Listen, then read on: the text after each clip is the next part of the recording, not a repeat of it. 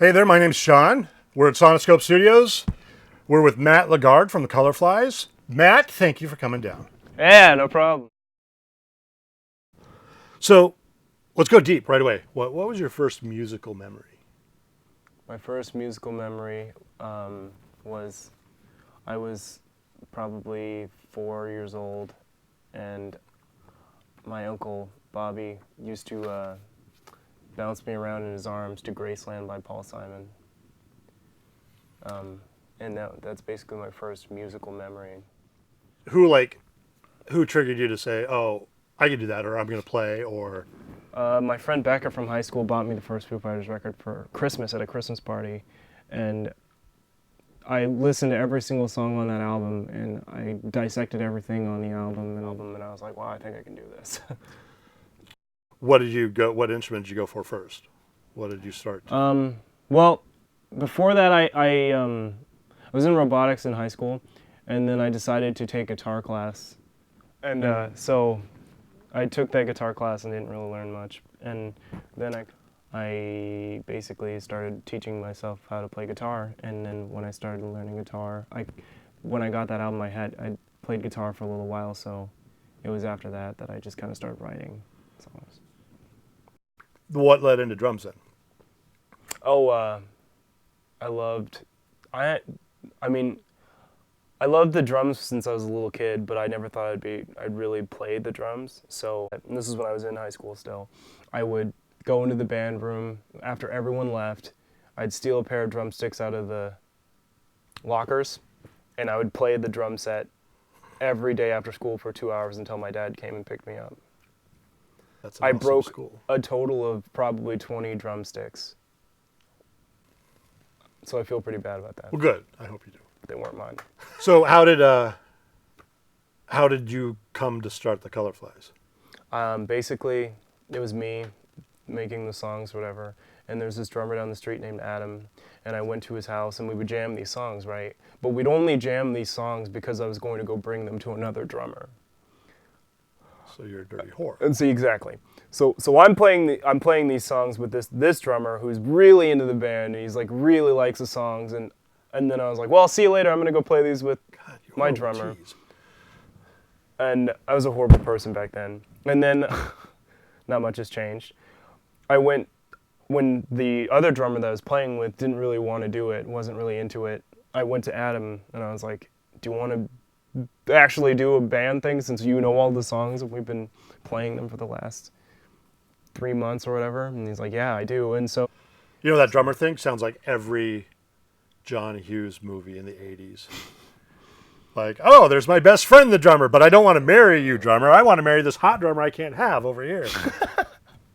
it's Just an observation. it's definitely pretty I'm glad close. you guys finally got together. And I had a tried to make jean it work. jacket on too, Yeah.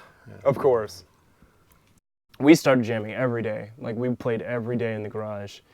And then when we realized the sound wasn't exactly where we wanted it to be, we enlisted my best friend Matey to play bass because we knew we needed a bass player. And then after that, we played for about, a year or so, and then Adam had to go on his Mormon mission. And so Matey was dating this guy named Devin, and he played rock band, so we're like, you can probably play the drums or something, right?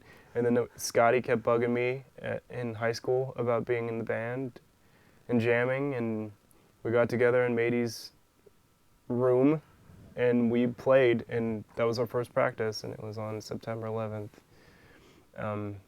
2011, I think. How do you get from that lineup to the lineup now? Lots of personal conflict. Like, I don't know, people aren't as into it as the rest of us are, I guess, and they have to go their separate ways. It's a really, really long story. What band do you think the Colorflies is like? Somebody says, hey, who do you want to open for? We got a slot. Who do you want to open for anywhere in the world? What band do you think makes the most sense with you? What band fits with the Colorflies? What would be the most killer, awesome Colorflies / whoever bill to go see a show? I don't know, man. If Dinosaur Jr. came, or Pavement came and was like, hey, would you like to go on a tour with us? I'd be like, yeah, I would like to do that. So what band do you think you're ripping off the most? What band am I ripping off the most? Oh, there's Pixies, maybe? If you could combine the Pixies, the Pumpkins, and the Posies, that is what I'm ripping off. Completely. I wouldn't want to combine those. Well, no one would, but that's our band. So there you go. What else do you do? Are you running any side projects right now? Running them all straight into the ground. Just kidding. I play drums in Willow, and I've been in Willow for 2 years now. I play drums in this band called Sludge Puppies, which is new and up and coming. And I have played drums with Lust for Glory before. That's true. I remember that. I filled in.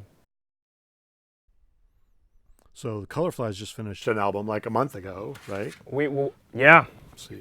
That's And there's Fantastic. there's 4,000 songs on here, right? 4,000. Actually, 4,001. And you've just or almost just finished recording a new one now that comes out when? It comes out this winter. And what the hell is it going to be called? Been there. Is it going to be called Here's a Few Less Songs? Yeah. No, it's not. That's a stupid title. Been there, seen it, lived it, licensed it. I would go with Here's a Few Less Songs. I Well, think that's a better album title. Don't do this. Let's look at the gear. Talk about your amp.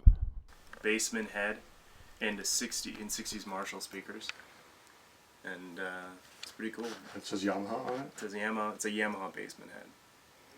I don't know. Well, let's look at the guitars. Talk us through the vast array of guitars. This is I never really found out much about this guitar. I just know that I got it before we went to play Jesterfest in Montana, and I suppose it's a copy of a Guild Thunderbird. This is actually a pretty good guitar for really kind of heavy stuff, actually. I used it on Rock Candy and I think a song called Dozer. This is a T60. I didn't know much about PB T60s. All I knew that was Jerry Reed played one. I saw Jerry Reed play one on some video on YouTube, and I thought it looked really cool, and it sounds really good on the record, so on his record. And yeah, so I saw this at Pawn One and picked it up for I think like $100-something, and it's probably one of my favorite guitars. Still have the same one. Next on the line is this. This is probably one of my favorite guitars too. This is a Castilla. It's a mid-70s Strat, and I found it. We went to the pawn shop, and this just happened to be up in the among the guitars or whatever. And I got this thing for like $60. I bargained really hard. Always a good deal.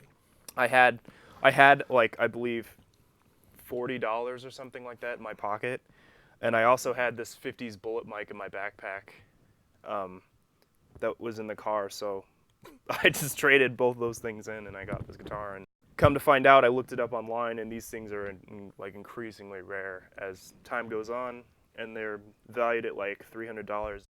All right, this is a Strat from the year I was born. So the serendipity in that is that it's the year I was born. I got it when I was it's from an island in California called Amelia.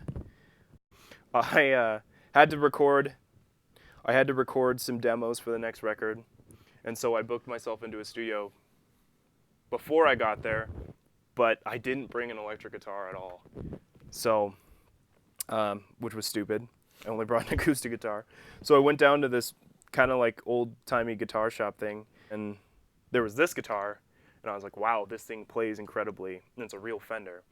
And my grandma, kind soul that she is, bought it for me. Oh. And so it's pretty important. But yeah, so this is on all the demos I did in California, and I've been using it. It's on our song Wacky Tacky on the record. It's on Ben Stiller's Dexter. Anything, I use this for anything that needs a good clean tone. This one's really cool. This is the pre-named Stuntbird, which I got from Sean here, and it's pretty cool. I use this guitar specifically on our song Rugrat on our new record, and it's because this guitar is heavy as balls. It's very heavy. I was trying to convince Sean to use this thing forever for Lust for Glory because I thought it kind of embodied the And that's why I got it. the band more. And that's why I got it, but I just never entirely bonded with it. And honestly, the Red Firebird just did so much more yeah, for me. that's true. He told me, he's like, whatever you do, please don't cover it in stickers. And so, of course, probably I said think that. it was, I'm pretty sure it was before the first show I played with his guitar, I covered it in stickers. For that. This is more my aesthetic than yours. But Yeah, it is. oh, great. I hope to bring it out when we have our record release show and play it a little bit.